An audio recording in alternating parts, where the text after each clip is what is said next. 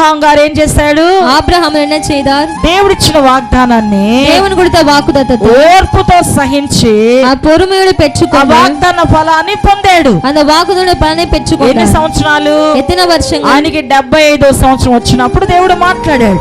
அவருக்கு 75 வருஷமும் தேவன் பேசியுள்ளார்.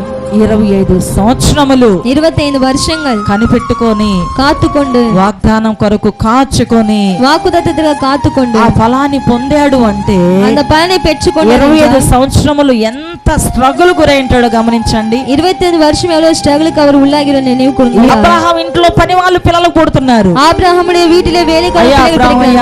ஐயா ஆபிரகாமே, అయ్యా ஐயா యజమానుడా, యజమాననే, నా భార్య నీవు వస్తుందయ్యా, என் மனைவி குறித்து అని పని వాళ్ళు చెప్తున్నారు. என்ன வேலைக்காரர் ఓకే சொல்றாரு. ఓకే సూపర్ ఓకే ఓకే అని ఉంటాడు. என்ன சொல்லிருப்பா? అయ్యా ஐயா యజమానురాలా, యజమానై, నా భార్య రెండోసారి నీళ్లు పోసుకుందయ్యా. என்னுடைய மனைவி இரண்டாம் முறை குடிக்கிறார். సారా ఓకే ఓకే ఓకే మంచిది, దేవుడు దీవించునుగా అని చెప్పుంటారు. సారాల్ ఓకే ఓకే నాளை தேவன் ஆசீர்வதிப்பான்னு சொல்லிருப்பாங்க. వాళ్ళ కళ్ళ ముందు పుట్టిన పిల్లలు కూడా ప్రెగ్నెన్సీ అయిపోతున్నారు. அவங்களுடைய கண் முன்பு பிறந்த பிள்ளைகள் கூட பிரெగ్నెన్సీ ஆகி 25 సంవత్సరములు వెయిట్ చేశాడు. 25 வருஷம் வெயிட் ఎవరి కోసమో?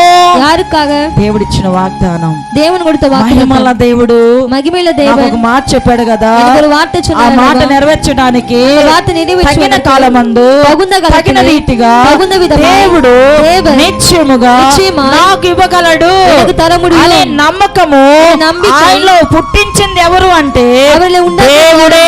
தேவன் தான்.